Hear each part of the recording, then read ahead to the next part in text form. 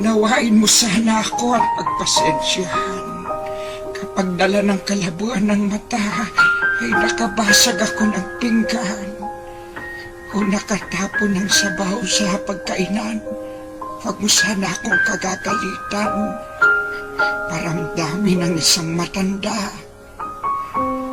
Naawa ko sa sarili ko sa tuwing sinisigawan mo ako.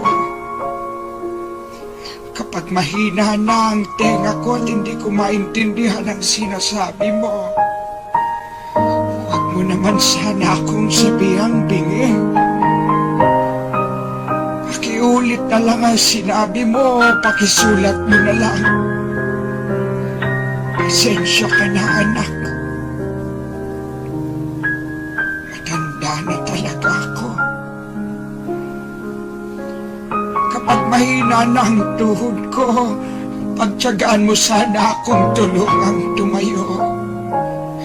Katulad ng pag-alalay ko sa iyo nung nag-aaral ka pa lamang lumakad. Pagpasensyahan mo na sana ako. Kung ako man ay nagiging makulit at paulit-ulit na parang sirang plaka, basta pakinggan mo na lang ako. Huwag mo sana akong pagtatawanan o pagsasawaang pakinggan. Natatandaan mo pa ba, anak, nung bata ka pa? Kapag gusto mo ng lobo, ay paulit-ulit mong sasabihin yon.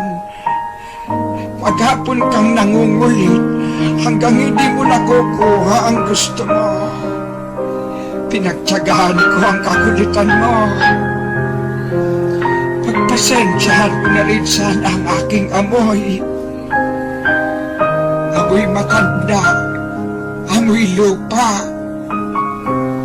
Huwag mo sana akong piliting maligo. Mahina na ang katawan ko. Madaling magkasakit kapag nalamigan. Kaya huwag mo sana akong pandirihan. Natatandaan mo nung bata ka pa. Pinagtsatsagaan kitang habulin sa ilalim ng kama kapag ayaw mong maligo. Pagpasensyahan mo na sana kung madalas ako'y masungit. Lala na marahil ito ng katandaan. Pagtanda mo, maiintindihan mo rin ako. Kapag may konti kang panahon, magkwentuhan naman tayo.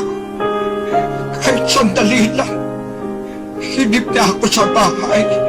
Pagkapang nag-iisa, walang kausap. Alam ko, busy ka sa trabaho.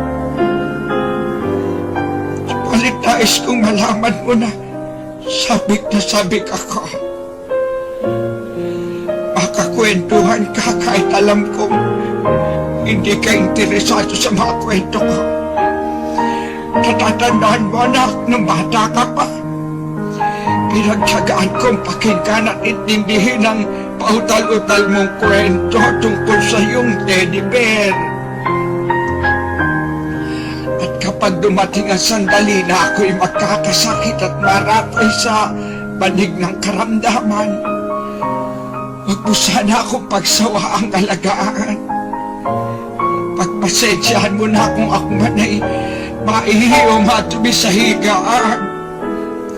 Pagtiyagaan mo sana akong alagaan sa mga huling sandali ng aking buhay.